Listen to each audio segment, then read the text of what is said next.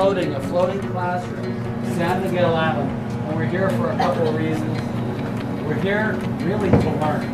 It starts with this, ourselves. We're here to learn about what we're made of, and what's possible, and what we enjoy, and what we like, and what we understand.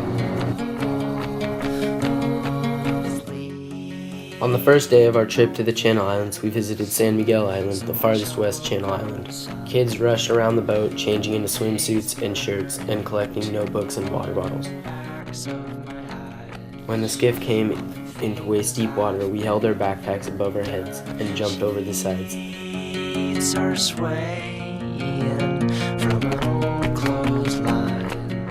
San Miguel Island was beautiful. The ocean was a vibrant shade of blue. The perimeter of the island was made of white sand beaches and steep sand dunes. We walked through the tall sand dunes and came to the bottom of a steep, windy trail.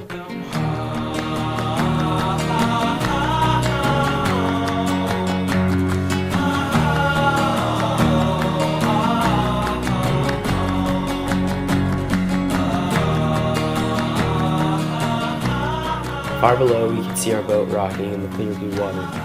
On the edge of the clearing, there was a stone cross that stood about 3 feet tall. Juan Rodriguez Cabrillo is the Portuguese explorer who is credited for discovering California.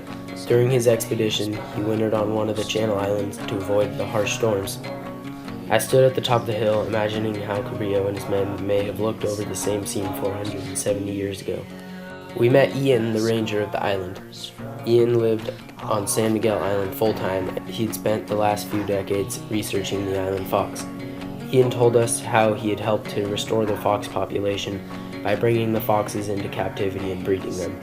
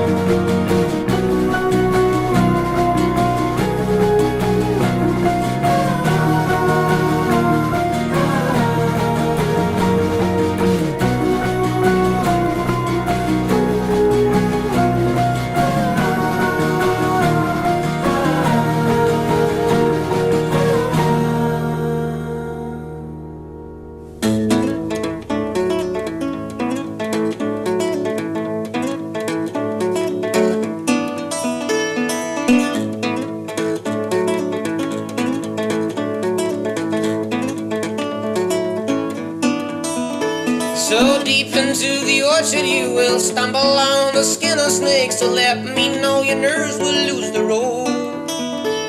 And I will boil the curtains to extract the drugs of springtime. But that unicorn you stirs up as a mule. I said throw me in the fire now, come on.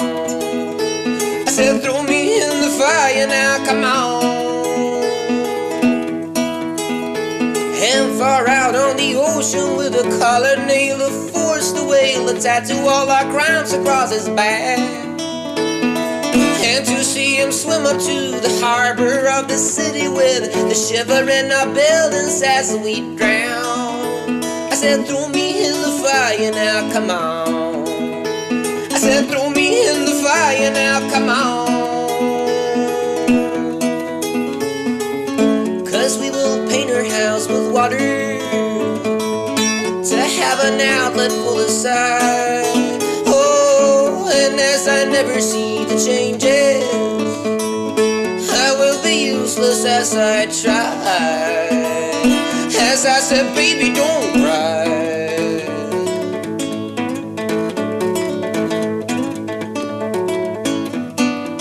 You said I look just like Messiah on a cloudy night, just finding out the wise went lost, but still they found a son. And deep into the orchard you would lead me by the skin of snakes to let me know my sentence as they dries. I said, throw me in the fire now, come on. I said, throw me in the fire now, come on. Cause we will paint our house with water to have an outlet for the side. Oh, and as I never see the changes, I will be useless as I try. As I said, baby, don't cry.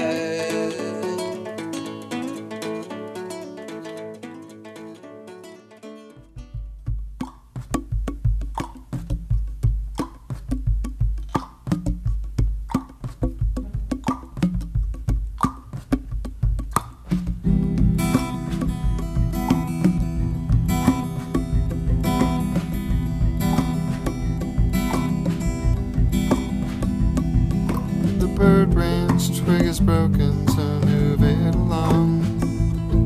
On the trail where the sun fell down in shattered needle. For the pattern on your fur we're liking through so long. To the perch of rotting logs, woodbark beetle. I spring into motion and pounce on the small white ribbon blowing in the wind. I snatch it up and stuff it into the big trash bag clutched in my sandy hands.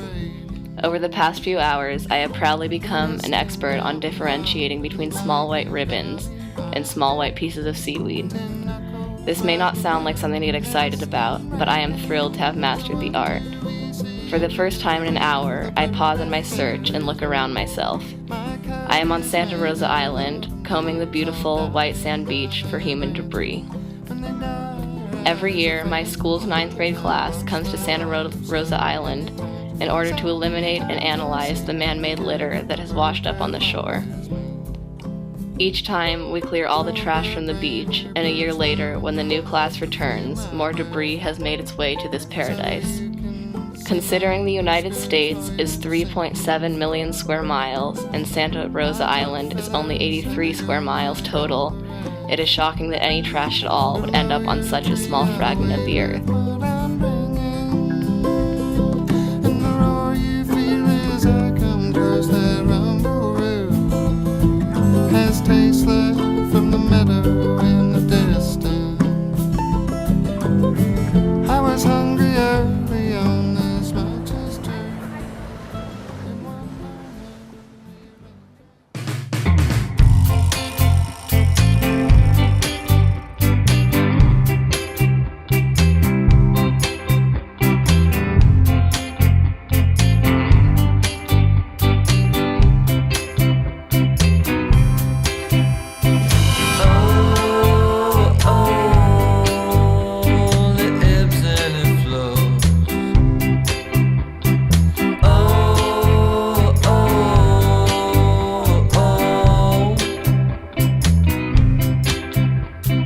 We snorkeled through a kelp forest surrounded by fish, sea stars, urchins, and other life of all kinds.